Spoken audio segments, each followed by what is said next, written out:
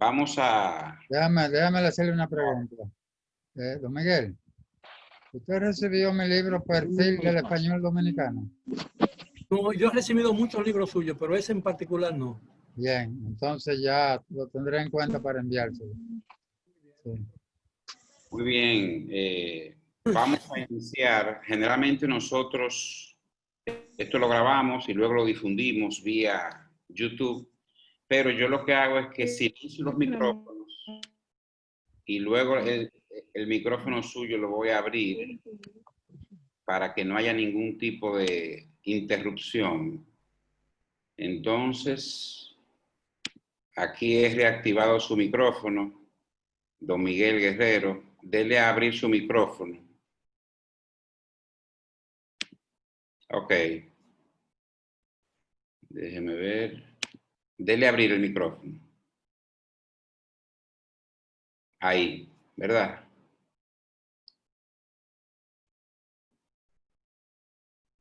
Ok. ¿Me oye ahora? Perfecto, sí. Pero usted dice Miguel Guerrero, ¿verdad? El teléfono. Sí, claro. Porque veo otro aquí. Déjeme ver. Porque Sí. yo estoy usando mi laptop. Yo no entro a Zoom por teléfono. Ok, perfecto, sí.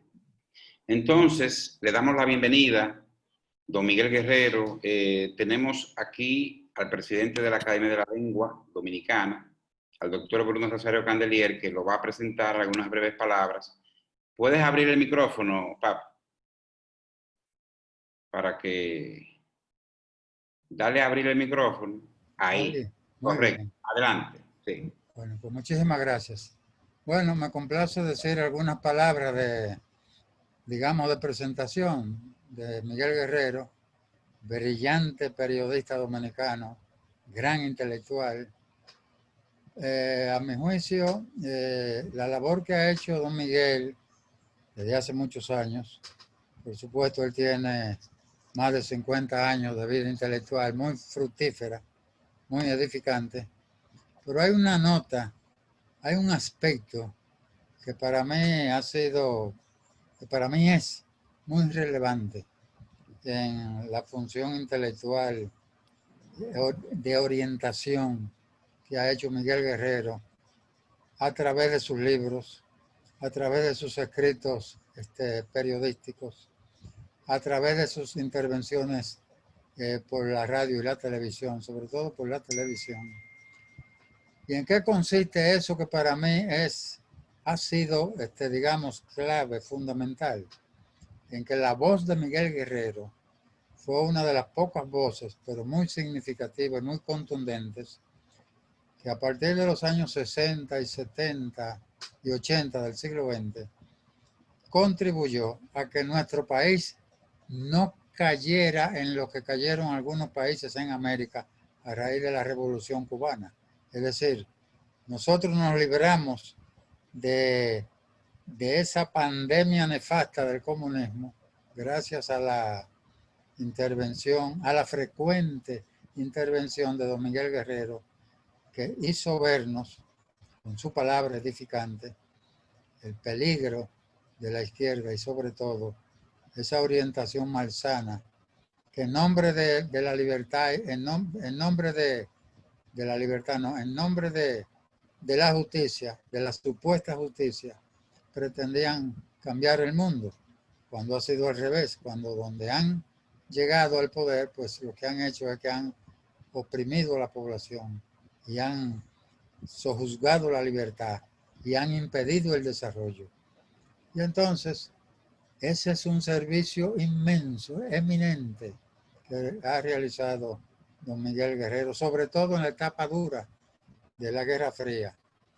Y creo yo que solo ese aspecto es significativo para destacar el gran aporte de don Miguel Guerrero. Y además, en el ejercicio del periodismo, como historiador, como sociólogo, como estudioso de la realidad antropológica dominicana, pues tiene contribuciones eminentes para que los dominicanos nos conozcamos a nosotros mismos a través de lo que ha sido el pasado, a través del ejercicio de la política de diferentes gobernantes, a los cuales él ha estudiado y él ha abordado para, digamos, condensar el aporte social, histórico, político y cultural que él ha conseguido ilustrarnos con su luminosa palabra, por lo cual yo me honro en tener la amistad de don Miguel Guerrero. Bienvenido, don Miguel. Bueno, muchísimas gracias, don Bruno. Yo estoy realmente muy emocionado por lo que usted ha dicho. Creo que gran parte de lo que ha dicho no son más que expresiones de afecto personal. Bueno, ustedes están interesados en que yo converse sobre mi último libro, ¿no? No mi último, mi más reciente, que acaba de salir. Y que mucha gente dice que quizás yo adelanté su salida, pero yo quise hacerlo porque el anuncio de su puesta en circulación, virtual por supuesto, coincidió con mis 75 cumpleaños. Y quise hacerme yo mismo ese regalo personal. Mucha gente me pregunta dónde saco fuerzas y energías para, a mi edad avanzada, donde todo el mundo está pensando en un retiro.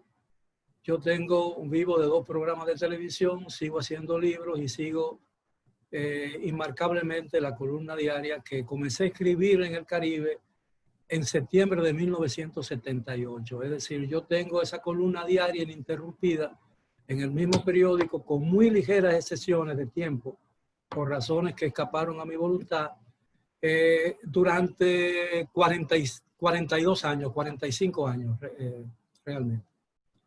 Bueno, ¿de qué se trata el tema?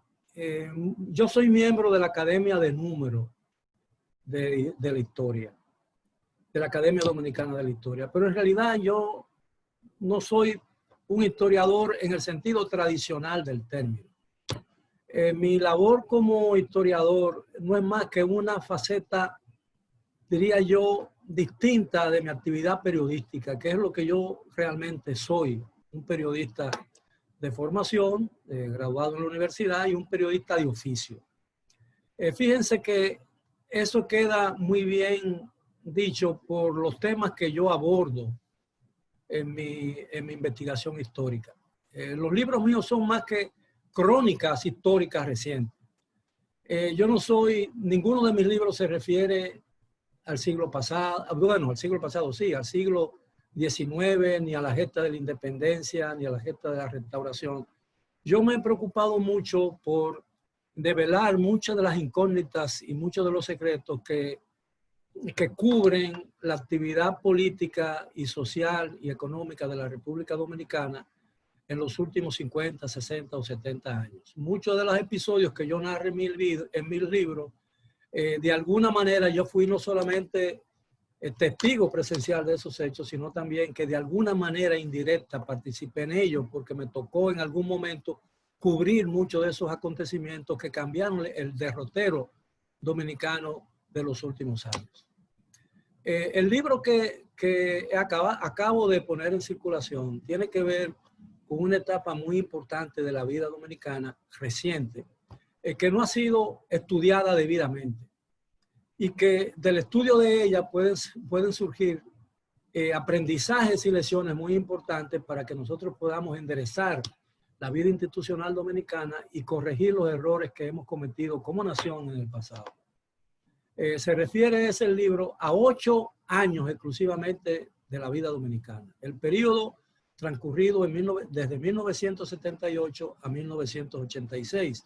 Me refiero que en un momento dado se interpretó como el inicio de una transición definitiva hacia la democracia que no pudimos lograr con el triunfo de Juan Bosch en 1963 por los acontecimientos que todo el mundo conoce y que sembraron al país de incertidumbre, de una inestabilidad política que nos costó una segunda intervención militar de Estados Unidos en el siglo pasado, sin más de 5.000 muertos y un periodo de inestabilidad y desasosiego familiar durante los años siguientes.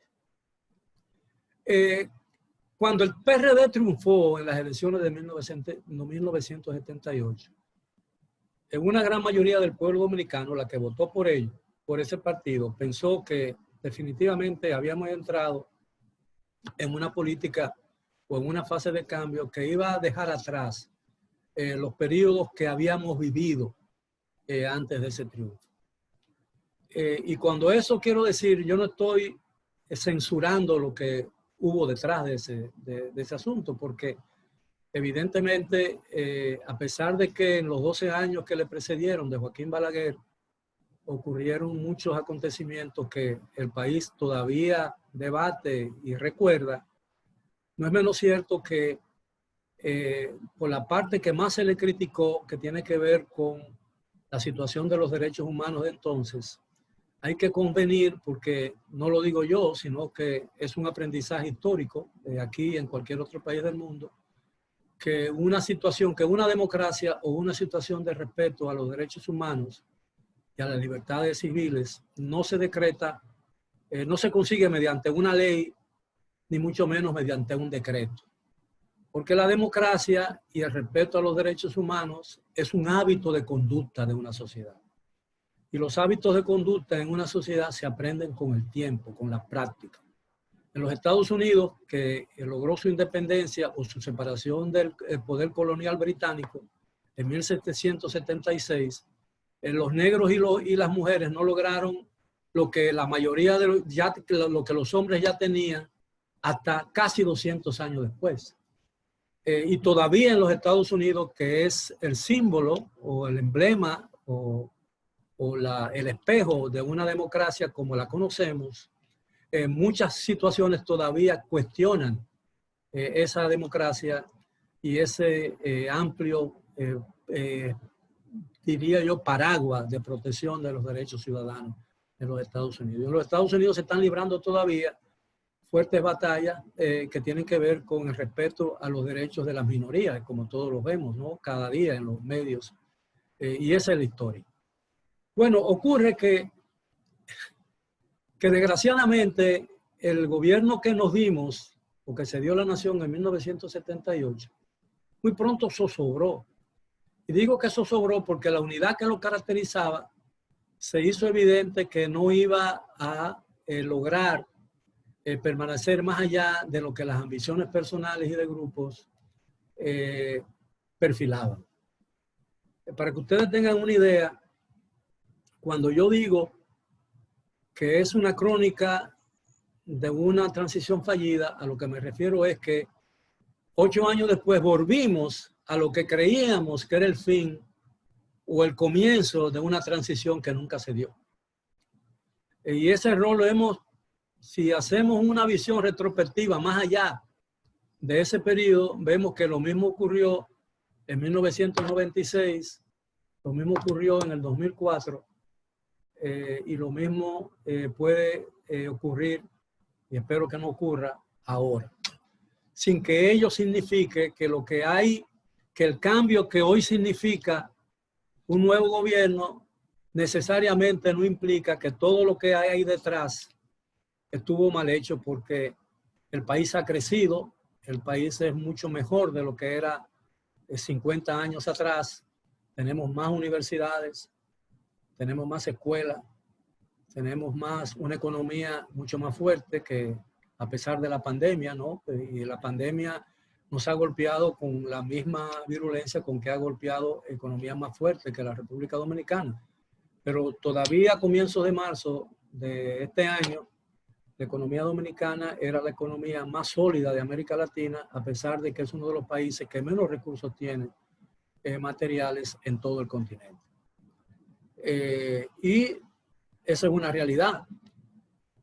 Los dominicanos, a pesar de que los dominicanos somos muy indisciplinados, no reconocemos la ventaja de una organización y de respeto a las leyes. Pero ese no es el propósito del libro. Yo he editado este libro y me he preocupado por ponerlo, difundirlo, porque entiendo que las enseñanzas que él tiene y que nos muestra pueden ser muy importantes para mejorar la situación y la vida institucional de la República Dominicana. Si ustedes leen el libro, se darán cuenta que apenas 2 meses después de que el presidente Antonio Guzmán asumiera la presidencia de la República, ya era muy visible la división que afectaba a ese partido. Y que ya se veía muy a las claras que la lucha de tendencias iba a ser el enemigo real de esa organización en el gobierno. Y así ocurrió. Y lo mismo ocurrió con Jorge Blanco. Hubo una oportunidad en el gobierno de Jorge Blanco en que por las divisiones internas y las diferencias internas dentro del Partido Revolucionario Dominicano, Jorge Blanco se vio imposibilitado incluso de que se le aprobara el presupuesto de la nación que había sometido al Congreso, porque habían 2 senadores, 2 presidentes del Senado, habían 2 senadores, uno presidido por su principal adversario, que era el licenciado Jacobo Magluta, y otro por un seguidor suyo, que era el senador Areche. Y en esa situación de ambigüedad y de irregularidad, el Congreso funcionó con 2 senados dentro del Congreso de la República. 2 senados que tenían 2 agendas totalmente diferentes. Y esa fue una característica que dominó todo el accionar de los 2 gobiernos que en esos 8 años se dio el Partido Revolucionario Dominicano. Para que ustedes tengan una idea hasta dónde llegó ese conflicto, que uno de los principales proyectos que tenía Jorge Blanco era la presa de Madrigal. Y la prensa de Madrigal no fue posible por la oposición que su propio partido le presentó en el Congreso de la República, especialmente en el Senado de la República, que presidía el señor Jacobo Magluta. Y es obvio que todavía se discute, y eso es un asunto que ha quedado en una completa, es una etapa gris de la historia dominicana, porque ha quedado en completa oscuridad. Nadie se ha preocupado en desentrañar el misterio o las causas reales que motivaron a que el presidente Antonio Guzmán, a 43 días de entregar el poder por el cual había sido escogido 4 años antes, se disparó en la sien y se mató en el propio Palacio Nacional donde gobernaba.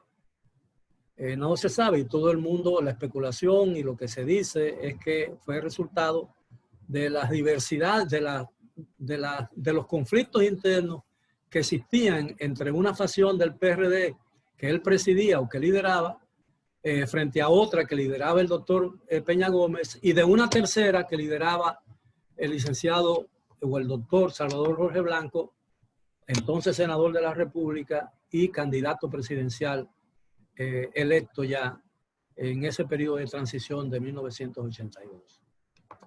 Ese fue el historial y esas fue las causas de que el PRD perdiera el poder en 1986 de un hombre como Joaquín Balaguer, que se pensaba que su vida política había terminado con su derrota electoral de 1978. Esa es una realidad que no puede negarse porque es muy fácil comprobarla. Ahora, ¿qué lección realmente podemos extraer de esos 8 años de inestabilidad política que vivió el país? Bueno, la lección de que el peor enemigo es el que tú tienes en tu casa.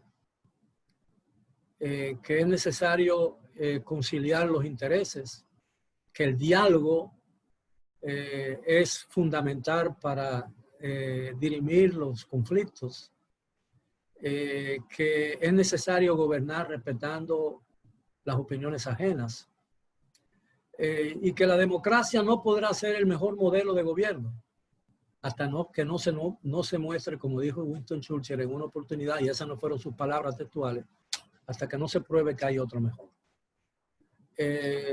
Yo estoy viendo, y no quiero ser émulo, ni quiero ser émulo de demonio alguno, ni quiero ser émulo de Merlín el Mago, pero estoy viendo algunas señales muy preocupantes y demasiadas tempranas. Veo críticas extemporáneas de actuaciones muy tempranas, porque no se puede juzgar un gobierno por lo que haga en 2 meses, en 3 meses, en 4 meses, 5 meses, 6 meses. especialmente si se hace en medio de una situación por la que está viviendo la República Dominicana, ¿no?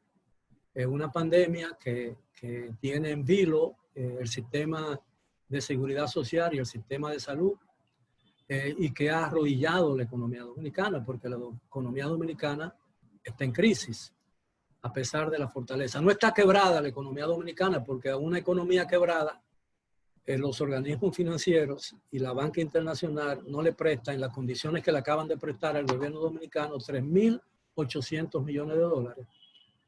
Y muchos otros préstamos que el gobierno ha conseguido en apenas un mes y medio de gobierno.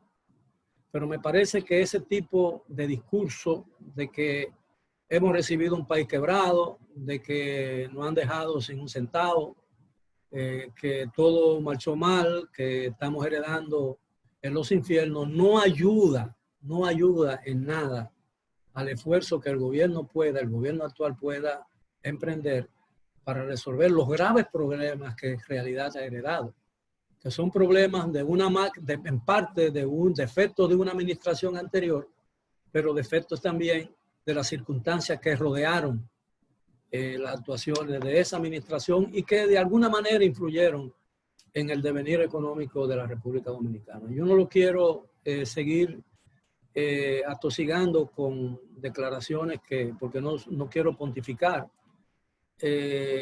Espero que alguno haya tenido oportunidad de ver el libro o de haber tenido alguna noción de lo que el libro dice. Y creo que lo más productivo de esta reunión serían sus inquietudes y espero yo poder llenar alguna de esas inquietudes y responder adecuadamente a algunas de las preguntas que me formulen. Yo quiero, antes de terminar estas palabras introductorias, agradecerle al doctor Bruno Rosario Candelier toda la amabilidad y los afectos que me ha dispensado a lo largo de los últimos años, bajo su presidencia en la Academia de la Lengua, y los comentarios que me han llenado de orgullo y de satisfacción cuando él ha aceptado presentar alguno de mis libros o escribir el prólogo de algún otro. De manera pues que yo tengo una deuda de gratitud con el doctor Bruno Rosario Candelier, de esas deudas que no tienen precio y que nunca se pagan. Así que yo solamente puedo pagarla o reducir la deuda con los afectos y la admiración que él sabe que yo siento, no solamente por él como persona, sino también por su enorme contribución a la literatura dominicana. Yo creo que una de las grandes injusticias que se ha hecho en este país es haber ignorado ese trabajo suyo para el Premio Nacional de Literatura. Si no se lo han dado, yo creo que es justo que algún día le hagan ese reconocimiento. Y muchos otros que él se merece, porque no hay otra pluma más prolífica que la del doctor Bruno Rosario Candelier. Y todos los que han sido sus alumnos en la universidad y han seguido su carrera intelectual saben que el trabajo y los aportes que han hecho al mejoramiento de la calidad intelectual de los dominicanos es una cosa verdaderamente inconmensurable. Así que, doctor, yo lo felicito. Me quito el sombrero, no uso sombrero, pero debería usarlo para quitármelo delante de usted. Y le estoy sumamente agradecido por su buena mía y por el gran afecto que usted me tiene. Muchísimas gracias, doctor. Así que si alguien de ustedes tiene una pregunta, yo trataré de respondérsela. Sí.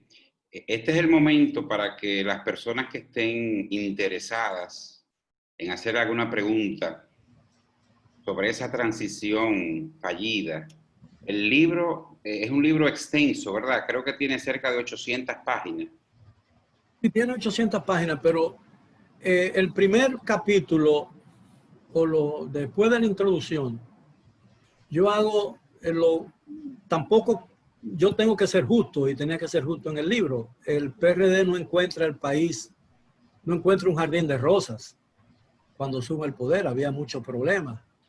Y ese primer capítulo o esa primera larga introducción tiene que ver con la forma o las condiciones en que encontraron el gobierno. Y yo inicio el libro realmente en 1977.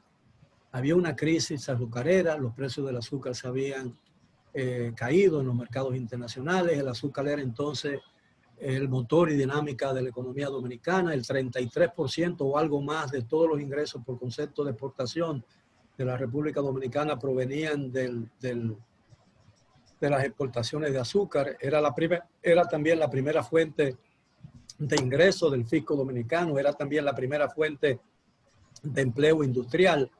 Pero a ese mal se unía también los elevados precios del petróleo. Ustedes recordarán que a comienzos de 1972-73, la guerra del Yom Kippur ocasionó que los países de la OPEP, comandados por Arabia Saudita y otros países, Irán y otros países del bloque árabe, Irán no es árabe, pero era miembro fundador de la OPEP, como Venezuela, decidieron aumentar prácticamente más de un 100% los precios del petróleo para castigar las economías occidentales, especialmente de Estados Unidos, Canadá y Europa, que habían apoyado en el conflicto bélico con Israel al Estado judío y no a la causa árabe. Y eso ocasionó a los países pequeños como la República Dominicana, que tuvieron que pagar el precio de esa decisión, un petróleo mucho más caro y por encima de sus posibilidades. Y entonces, en esa situación en que el PRD asume el poder en 1978, en dificultades extremas, y yo trato en las primeras páginas, las primeras 40 o 50 páginas del libro, yo trato de describir esa situación y las dificultades que el nuevo gobierno encontraría cuando asumiera el poder. Muy bien, sí. Bruno, ¿quería decir algo? Sí, yo quería decirle a don Miguel que en el año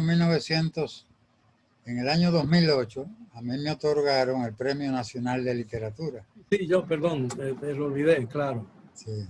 Son tantos premios que usted merece que pensé que no había. Pero gracias por lo que dijo, de todas maneras. No, porque realmente hay muchos premios que se dan por una sola obra. Sí. El premio suyo es por una vida dedicada a la literatura, ¿no? Ciertamente.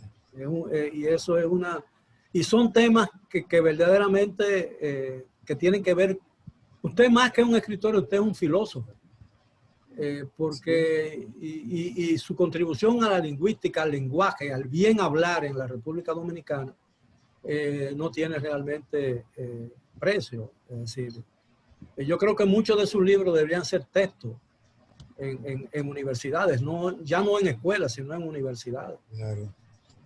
Aprovecho para hacerle una pregunta. ¿Cuál ha sido su dificultad, la dificultad mayor que usted ha experimentado al documentarse para, digamos, plasmar en una obra toda esa visión que usted da sobre un proceso histórico en específico? Bueno, el libro en realidad es una visión no individual, pero muy personal de cómo yo veo, y es mi interpretación de ese periodo, aunque esa interpretación está basada en fuentes irrebatibles, porque son hechos. Es decir, el señor Guzmán se suicidó como consecuencia de los conflictos internos y la oposición que encontró en su propio gobierno, en su propio partido, y el doctor Jorge Blanco que le sucedió tuvo el final que todo el mundo conoce. Nada de eso es un invento mío. Que yo pueda en algún momento hacer algún juicio de valor sobre un hecho no le quita seriedad al tema. Incluso hay veces en que para entender un hecho histórico que un lector no ha vivido, a veces es necesario ajustar la interpretación del hecho a la objetividad, aunque entiendo que esa es una tarea sumamente compleja y muy delicada. Pero yo trato nunca de cruzar esa línea. Y eso es lo que ha caracterizado mi ejercicio periodístico y mi ejercicio como escritor. Y por eso yo hice la salvedad de que yo no soy un historiador en el sentido clásico que se entiende. Yo no estudié historia en la universidad. Yo estudié Derecho y Periodismo. Pero mi labor de investigación histórica no es más que una etapa avanzada o última, diría yo, de mi actividad periodística. Yo he querido decir Yo he querido plasmar en el libro lo que se olvida de una crónica periodística cotidiana, que queda en un archivo viejo de un periódico, que ya no se abrirán, porque la tecnología nueva y la virtualidad hará dentro de muy poco tiempo que los periódicos escritos físicos ya no sean una necesidad. Y todo el mundo sabe que los periódicos, para sobrevivir hoy en día, han tenido que mudarse un poco al periodismo digital. Incluso el New York Times, que es el periódico icónico de los Estados Unidos y de la libertad de prensa a nivel mundial, prácticamente ha arrendado todos los espacios del edificio que ocupa en Manhattan y prácticamente tiene menos de un 25% del espacio físico que tenía hace 3 o 4 o 5 años. Y todo el mundo lo sabe. Y además que todo el mundo hoy en día, el poseedor de un teléfono inteligente, es hoy en día un comunicador como el periodista más avanzado. Está en capacidad. Lo que un muchacho de 15 o 16 años, hábil en el tema de la tecnología, puede hacer en su habitación de su casa o en el zaguán del edificio donde vive, circula y se ve en Finlandia en tiempo real lo mismo que un periódico como Los Angeles Times, como el New York Times o como The Washington Post. Así de manera pues que el periodismo está sufriendo una transformación radical que muy pronto veremos los resultados. Y lo mismo pasa con los libros. Hoy en día yo hice un último intento de hacer esta edición física. Espero no haberme equivocado porque la calidad de la edición, carpetadura, papel de caro, cuadernillo de fotos, papel satinado, es muy caro y no todos los lectores dominicanos, que cada día son menos, están en condiciones de pagar el valor físico de ese ejemplar. Por eso es que quizás en un futuro cercano, los escritores como yo tendremos que seguir recurriendo a Kindle y a Amazon para publicar nuestros libros. A pesar de que, y las bibliotecas cada día, las bibliotecas de muchos libros, de estantes de libros, cada día jugarán un papel menos importante en la vida intelectual de los países, incluso en las universidades. Ya nadie habla de las famosas enciclopedias que todo el mundo tenía cuando era joven o era estudiante. Ya nadie compra enciclopedias. Esa es una realidad. Sí. El señor... Para que ustedes tengan una idea de lo que yo estoy diciendo, hace 1 año o 2 años, que no estábamos al nivel que estamos ahora, yo estaba, me tranqué en la redacción de un artículo sobre el Medio Oriente. Y la memoria me falló un poco. Llamé desesperadamente a mi mujer, no había vendido todavía mi biblioteca. Le dije, mira, en el estante tal, ahí el libro tal, titulado tal, yo creo que lo tengo marcado. Dime más o menos, te voy a decir, búscate en el índice onomástico, tal cosa. Y mi mujer buscándolo. Y de pronto me dije yo, pero qué estúpido soy yo. Y puse el nombre en mi computadora y saqué toda la información que estaba buscando en un libro. De manera pues que ya hasta los libros se están haciendo una mercancía de segundo nivel, y no lo estoy diciendo porque lo crea. Y el doctor Bruno, y no quiero ofender al doctor Bruno Rosario Candelier con esto, pero eso es una realidad. Es decir, incluso escritores de fama como Mario Vargas Llosa han dicho que llegará un momento en que los libros no tendrán tanta importancia como tienen hasta ahora, los libros físicos, a pesar de que a mí me resulta sumamente difícil, a pesar de que yo escribo en pantalla, en computadora, desde hace muchos años, a mí me resulta muy difícil y enojoso tener que leer un libro virtual en una tarjeta o en una computadora. Porque yo acaricio los libros. Angel Peralta, tiene la palabra. Sí, buenas noches, don Miguel. ¿Se escucha? Perfectamente. Sí, Muy bien. Don Miguel, independientemente de que estábamos en esa época, en esos 8 años que se describen en su obra, que por cierto no le he leído todavía, independientemente de que estábamos bajo la tutela de sectores muy conservadores herencia también de un fuerte y sólido liderazgo como el saliente del doctor Balaguer. ¿Entiende usted que los acontecimientos que se suscitaron durante ese tiempo, en ambos periodos de gobierno, dan al traste o tienen que ver con la falta de liderazgo interno que había en el PRD y las candidaturas prefabricadas que fueron presentadas al electorado y que resultaron ganadoras? Bueno, yo pienso que en 1978 ocurrió lo que ocurrió en julio pasado en la República Dominicana, ¿no? Las sociedades se cansan de gobiernos muy prolongados, especialmente porque gobiernos demasiado prolongados generan vicios y situaciones que la sociedad detesta y rechaza. Pero evidentemente el doctor Balaguer era un líder que le tocó gobernar un país en situaciones muy distintas a las que otros han gobernado. Yo pienso que si Balaguer hubiera tenido la oportunidad de gobernar a finales del siglo pasado o a comienzo de lo que pasó en los 12 años no hubieran ocurrido. Y no quiero una justificación de lo que ocurrió en ese mandato. Como decía al principio, un sistema de libertades y de respeto a los derechos humanos no se crea mediante decreto o la buena voluntad de un gobierno. Son situaciones que se dan en una sociedad, son hábitos de conducta de una sociedad. Perdón, don Miguel. O sea, le decía candidaturas prefabricadas porque, por ejemplo, esta candidatura... Yo entendí, yo quise hacer esa introducción. Sí, porque esta es valedero el razonamiento que usted hace de la salida, como se suscitó también ahora. Lo único que este que ganó tenía ya 10 años preparando ese proyecto presidencial. Aquellos fueron de repente que surgieron los dos. El de Guzmán y el de Jorge Blanco. Bueno, no crea, Guzmán jugó un rol determinante en la crisis de 1962 y 1963. Incluso fue postulado, creo que en las elecciones del 70 o 74, como un potencial candidato por el Acuerdo de Santiago, lo que después se retiró del proceso electoral.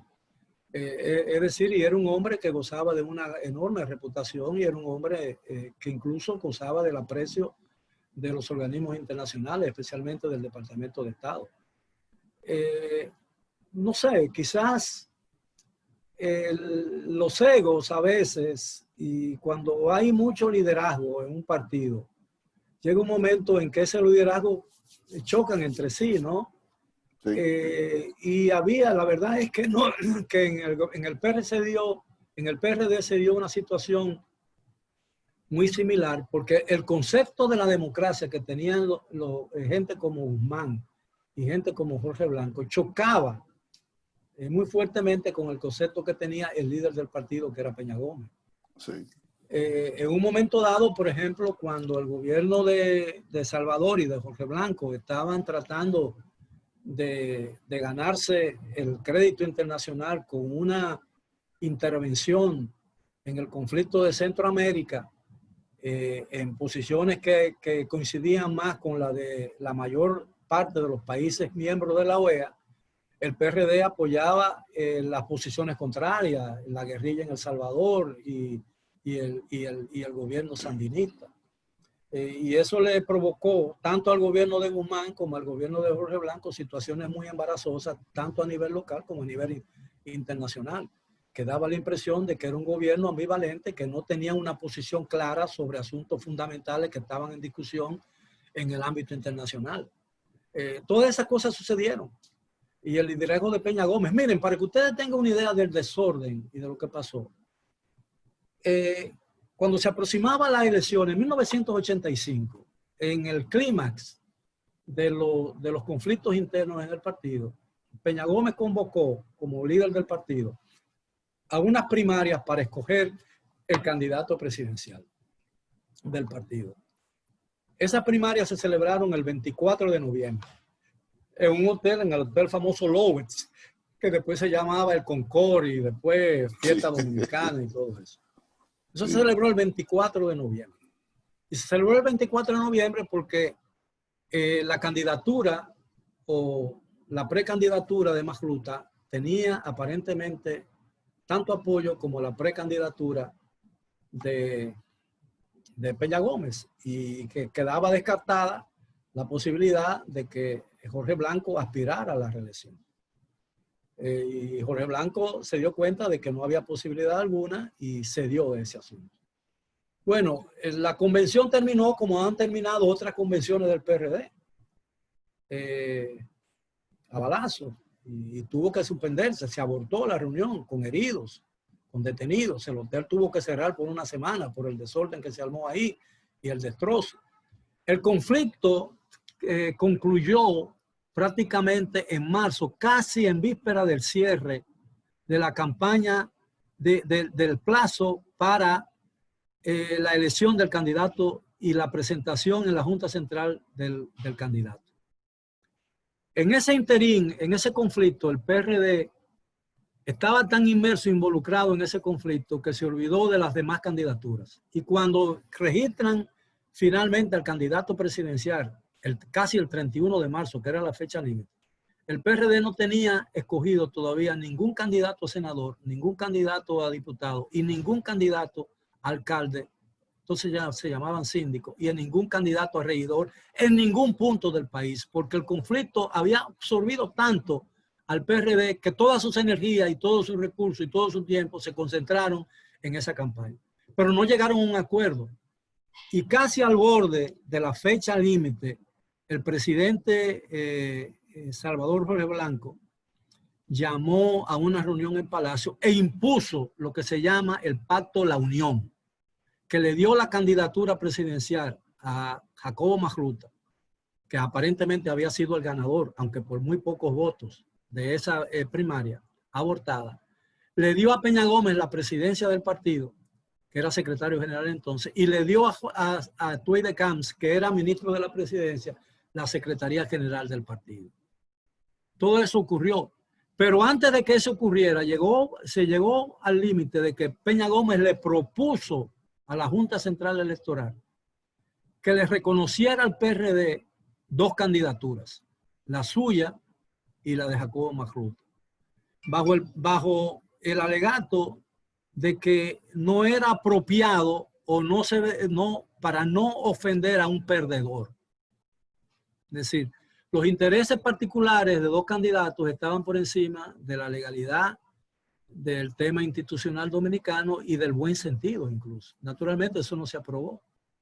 Eso no se aprobó. Y la propuesta decía que se permitiera que el PRD tuviera esos dos candidatos y que los votos del perdedor se le sumaran al que más votos había ganado, y que el perdedor fuera entonces el candidato a la vicepresidencia del candidato que resultara ganador.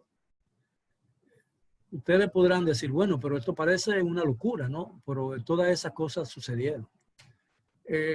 Hay otra cosa para que ustedes tengan una idea de los efectos de las divisiones internas y de los conflictos internos, el poder que tienen para destruir, el poder de destrucción que tienen. Como resultado del Pacto de la Unión, se le había ofrecido a Peña Gómez que aceptara la senaduría del distrito. Él la rechazó. Y en defecto se nombró a la esposa del presidente Jorge Blanco, doña Cela Mera de Jorge. Pero el partido La Estructura, que había sido fundado con el apoyo de Magluta para garantizarle su candidatura presidencial en el hipotético caso de que no fuera escogido como candidato del PRD, no reconoció y no inscribió la candidatura de Acela Mera de Jorge como senadora del distrito. Y por tal razón, los votos de La Estructura no se le sumaron a la candidatura de la esposa del presidente, y por eso ella perdió. Y esa fue una de las causas de que la transición se prolongara más allá de lo que el buen sentido indicaba. Ustedes recordarán que la transición de 1986 igualó en tiempo, en conflicto, a la transición que se dio en 1978 y que yo narro en un libro que se llama Al borde del caos, que ganó el Premio Nacional de Historia del año 2000 y que también ganó el premio al mejor libro de la Feria del Libro de ese año. Es decir, el mismo conflicto que se dio cuando la oposición del PRD no reconocía, o la oposición del gobierno del Partido Reformista no reconocía el triunfo de Guzmán, se dio 8 años exactamente después, en la transición de 1986, cuando el PRD fue renuente, especialmente el licenciado Jacobo Masluta, a reconocer el triunfo de Balaguer en las elecciones de ese año. Por eso es que dice uno está tentado a decir que a pesar de todos sus defectos y males, la historia suele repetirse para recordarnos los testarudos que somos las personas que habitan este mundo, ¿no? Le estoy abriendo el micrófono a Fernando Rodríguez. Fernando, ¿puede abrir tu micrófono? Bueno. En lo que Fernando abre el micrófono, don Miguel. Mire a ver si Sí, está bien. Se escucha, adelante. Sí, muy buenas noches, estimados oyentes y televidentes. A usted, doctor Miguel Guerrero, tengo 15 años leyendo sus artículos. Con muchos no he estado de acuerdo, principalmente en la política internacional. Con otros he estado muy de acuerdo. Pero si ustedes quieren saber lo que somos hoy, tenemos que investigar lo que fuimos ayer. Porque parte de lo que somos hoy es parte de lo que fuimos ayer. O sea, yo parto de eso porque el doctor Miguel Guerrero trató con mucha decencia, condescendencia, ese régimen de los 12 años de crímenes y delitos, de corrupción, de persecución, de atropello. Yo fui víctima de eso. A mí solo se me persiguió, no porque atracaba ni mataba policía, sino porque organizaba los clubes. Y en mi ciudad organizamos la federación de clubes más grande del país, que fue Moca. La Federación de Clubes Socioculturales, que nos cruzó. 73 clubes organizados, 73 locales, mucha poesía coreana, mucho teatro, y trajimos incluso hasta Rómulo Rivas a dar cursos de teatro a Moca, y trajimos El Hombre de la Rata en un monólogo. Y fuimos perseguidos por eso. Fuimos perseguidos porque trajimos aquí en una semana cultural a Pedro Mir, trajimos aquí a Manuel del Cabral, trajimos aquí a Marcio Veló Mangiolo, a José Cerulle, a Mauri Justo Duarte, entre otros. El doctor Bruno estuvo en una de las conferencias de Manuel Cabral, en el asiento de adelante, en el Teatro Don Bosco. Digo que usted lo trató en su pasarela con mucha decencia y condescendencia, con ese que se le llaman aquí, siempre se lo reclamé a Andrés Bautista, que fue lo que levantó la mano para decir que Joaquín Balaguer era el padre de la democracia. Si eso es democracia, yo no sé lo que es la dictadura. Por eso es que no he estado de acuerdo con usted en los análisis internacionales. Porque se condenan los derechos humanos de países que luchan por los humanos, que luchan contra la pobreza, que luchan por la igualdad, y se apoyan dictaduras como la de Honduras, se apoyan dictaduras como toda eso. Entonces, bien, entrando en la transición de Guzmán, que yo la viví, a usted se le olvidó que Guzmán, fruto de su origen de clase, combatió lo que se llamó la izquierda, que lo apoyó circunstancialmente para salir de la dictadura de Balaguer. El primer acto que hizo la línea roja del 14 de junio fue atajada en el kilómetro 28 para que no fuera multitudinaria ni tuviera fuerza, y ahí tuvo que pasar una desgracia. Y que los presos políticos no fue por decisión de él, por decreto, fue mediante una resolución del Senado, que eso catapultó a Jorge Blanco como el líder indiscutible para las próximas elecciones de 1982. Por eso, en las transiciones y lo que dije de lo que ustedes somos ayer es lo que somos hoy. Guzmán prometió un gobierno democrático, sin corrupción, de transparencia, y no fue así. Se ha vendido eso. Todo el mundo sabe de los viajes que se hacían a Miami a hacer cena y de la vergüenza que él sintió, y por eso se suicidó. Él sabía, porque él sabía lo que estaba pasando en su entorno familiar. Muchas gracias. Entonces, espera, no estamos hablando de transición. Una pregunta. No, pero está bien, porque es interesante lo que estás diciendo. Entiendo, tú ves, una pregunta que hay que hacer. Entonces, usted no compara que la transición de Jorge Blanco, la de Antonio Guzmán y de la Luis Abinader van en el mismo sentido, que en campaña han prometido cosas muy liberales, muy democráticas, y en la práctica son neoliberales, son pro empresarios y son antitrabajadores. Mire, en el libro yo hago algunos juicios de valores, lo hice, pero yo no enjuicio la personalidad ni de Guzmán ni la personalidad de Jorge Blanco. Yo enjuicio los hechos, no a los individuos. Y yo he tratado de decir, quizás no he podido decirlo claramente, de que para enjuiciar un gobierno hay primero que analizar las circunstancias en que se desenvuelve. Balaguer, yo no quiero buscar una justificación de Balaguer, y voy a decir, y quiero que esto quede claro.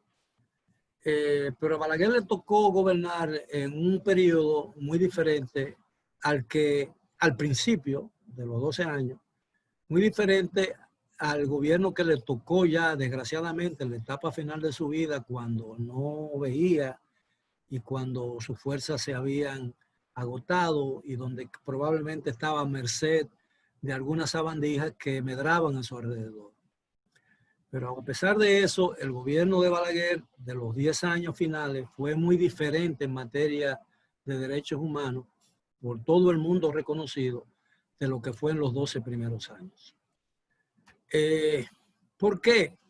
Porque vuelvo al punto, porque el país había evolucionado y lo que se podía hacer en el 77, en el 74, era imposible hacerlo 20 o 10 años o 30 años después, porque los países avanzan y a pesar de todas las dificultades que hemos tenido a lo largo de nuestro devenir histórico, hemos logrado de alguna manera crear condiciones para que algunos derechos se respeten y sean parte del acontecer diario de la sociedad dominicana. Eso lo reconocemos todos.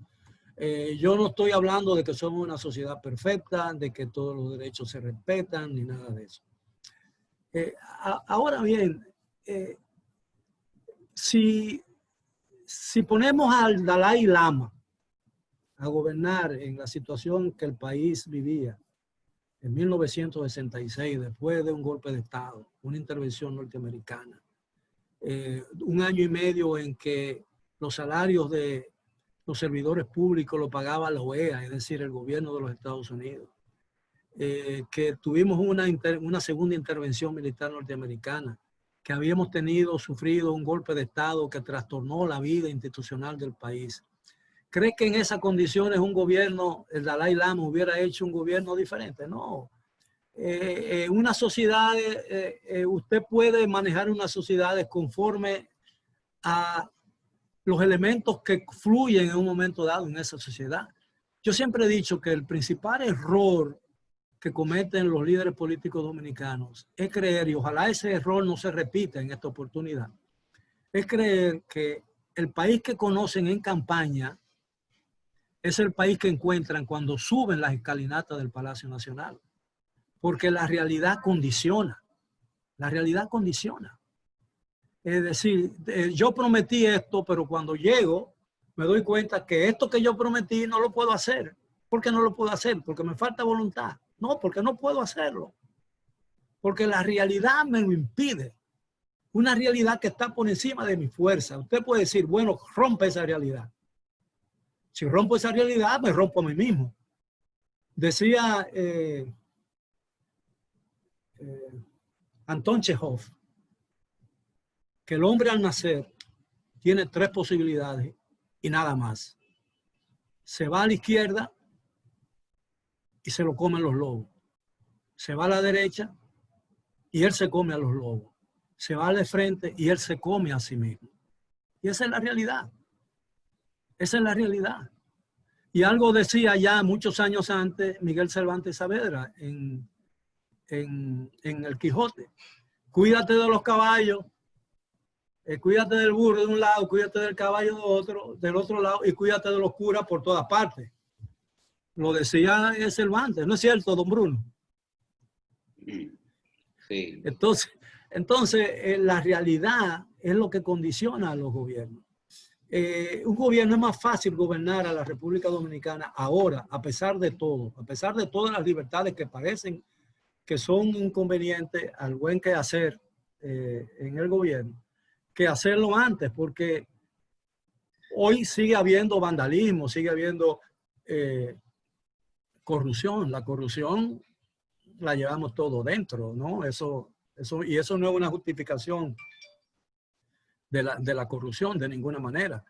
Pero en este país, por ejemplo, ya hay libertades que se desconocían hace tiempo. Usted dirá, todavía la vida de nosotros corre peligro porque hay mucha delincuencia, sí, pero la delincuencia de hoy es totalmente diferente a la delincuencia que existía en el pasado. El país ha cambiado. El país es mucho mejor de lo que era antes. El problema es que muchos dominicanos no nos hemos dado cuenta de eso y nos falta el suficiente valor, nos ha faltado el suficiente valor para deponer y echar a un lado las diferencias que nos alejan a uno del otro para conseguir un concierto de voluntades que nos permitan resolver los problemas que solo no podemos hacerlo, sino que tenemos que hacerlo en conjunto. Nosotros aprobamos hace una ley hace ya más de 10 años, la Ley de Estrategia Nacional de Desarrollo, que no hemos podido poner en acción todavía. Y esa ley contemplaba 3 pactos, el pacto eléctrico, el pacto fiscal y el pacto educativo. Y solo logramos el pacto educativo. Y cada vez que nos acercamos a cualquiera de los otros 2, hacemos todo lo posible por desunirlo. Mire, en plena Guerra Fría, y yo voy a hacer una anécdota si ustedes me permiten. En plena Guerra Fría, en el clímax de la Guerra Fría, se reunieron en París los 4 grandes. Charles de Gaulle, presidente de Francia, Eisenhower, presidente de los Estados Unidos, Harold Macmillan, primer ministro británico, y Nikita Khrushchev, secretario general del Partido Comunista. La reunión fue en secreto, pero se reunieron en el Palacio del Eliseo y no hubo comunicado al final. Estaban discutiendo el desarme y la posibilidad de establecer un acuerdo de paz. Y el New York Times no hubo comunicado oficial. Y el New York Times describió entonces esa reunión con lo que sirve, a mí me ha servido siempre, la crónica que escribió Henry Shapiro en el New York Times para describir lo que ha sido de nosotros en el futuro. Él escribió, Shapiro, de esa reunión: la paloma de la paz se posó hoy sobre el Palacio del Eliseo y los 4 grandes allí reunidos aunaron esfuerzos para espantarla. No hay día del mundo que nosotros no espantemos la paloma de la paz que se posa entre nosotros. Porque no ha faltado el coraje suficiente para unar voluntades en aras de un gran acuerdo nacional que nos saque de la situación en que nos encontremos. Porque los intereses particulares priman sobre los intereses colectivos. Esa es una realidad. A nosotros nos desunen más las pequeñas diferencias que lo que nos unen las grandes coincidencias. Si usted lee los programas de los partidos políticos, encuentran más coincidencias en esos programas que diferencias que tienen ellos entre uno y otro. Sin embargo, no hemos podido. Excelente. Don Miguel, una pregunta con relación a algo que sucedió después, en el año 1990. ¿Cómo usted analiza esas elecciones entre Juan Bosch y Joaquín Balaguer en el 1990? Espere. Sí, ya. Evidentemente, en las elecciones del 90, los hechos han demostrado que hubo una alteración de la voluntad popular ahí. La prolongación del poder, el uso prolongado del poder, crea todos esos vicios y Sí. frustran. Eso mismo sucedió en el 1994 también, entonces. Sí, pero la lección la aprendimos del 90.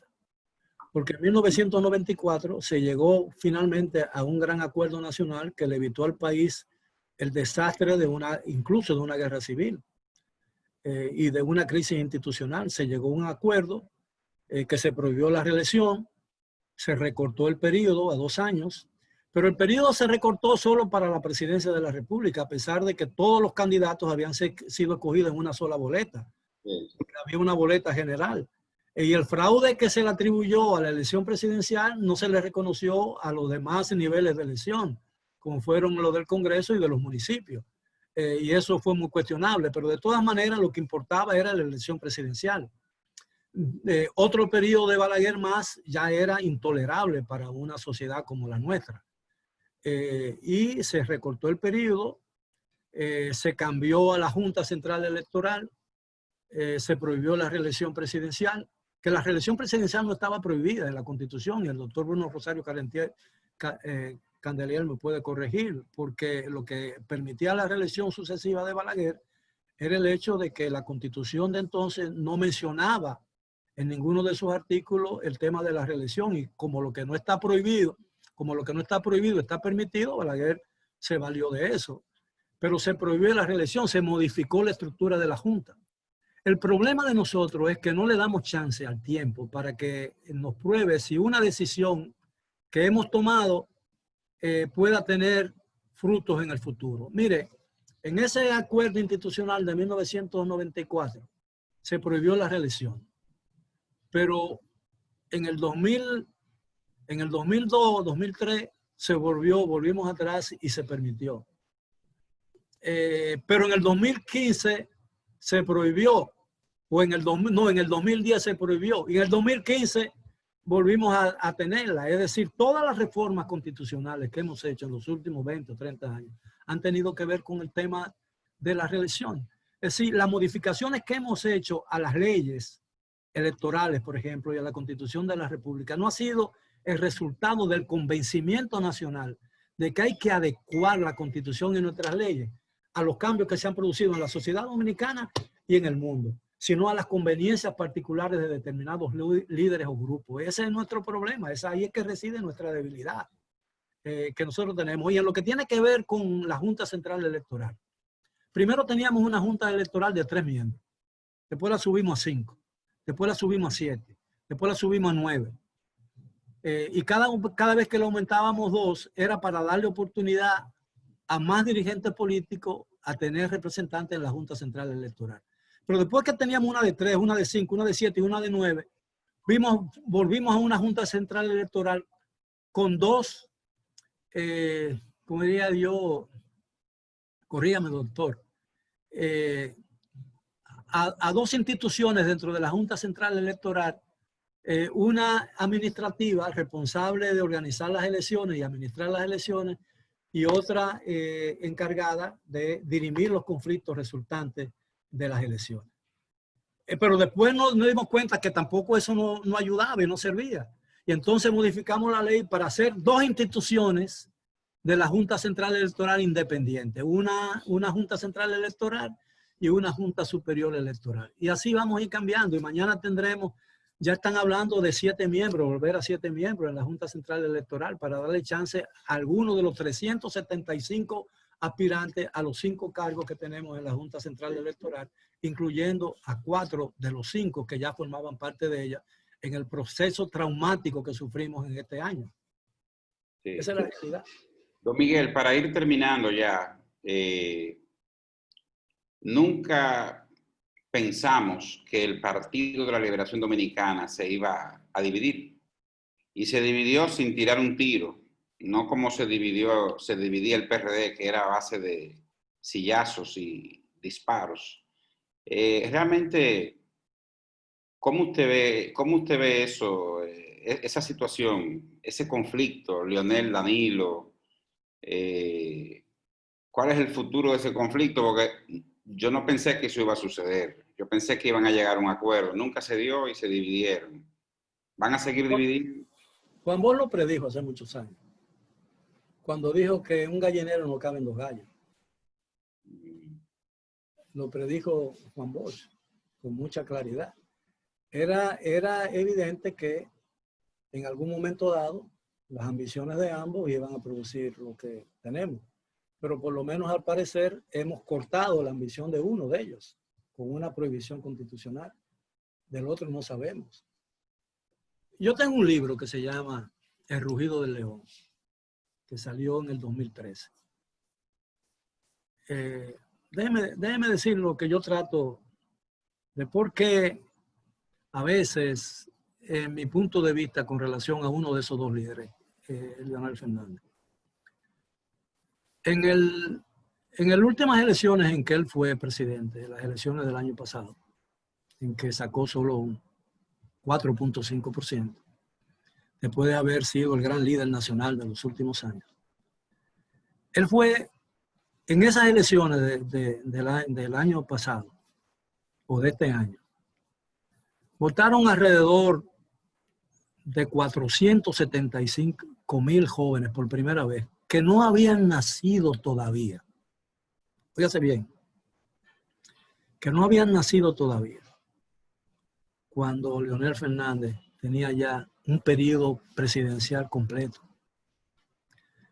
Y evidentemente el doctor Leonel Fernández aspira a ser candidato nuevamente en el 2024. 28 años después de haber sido presidente por primera vez. Tiene lógica eso. Es la Madre Teresa, es émulo de Jesús, moralmente es mejor que Gandhi. Pongámosle todo lo que usted quiera, pero tiene lógica en un país como este. Que 28 años después, ¿qué ha pasado en este país? Que se frisan los liderazgos, que no seamos capaces en un partido o una sociedad de generar o crear personas que puedan ser presidentes de la República. Es muy difícil, por ejemplo, tener economistas con la suficiente habilidad y conocimiento para ser gobernador del Banco Central o dirigir la economía de un país, pero cualquiera puede ser presidente de la República si tiene un buen corazón y si tiene sentido de la realidad o si tiene sentido de humanidad, como puede ser uno un buen padre. Es más difícil a veces ser un buen padre o ser una buena madre que ser presidente de la República Dominicana. ¿Sabes por qué? Porque en lo primero, en ser buen padre o ser buen madre, median los sentimientos. Para ser buen presidente, los sentimientos hay que echarlos a un lado. ¿Entiendes lo que quiero decir?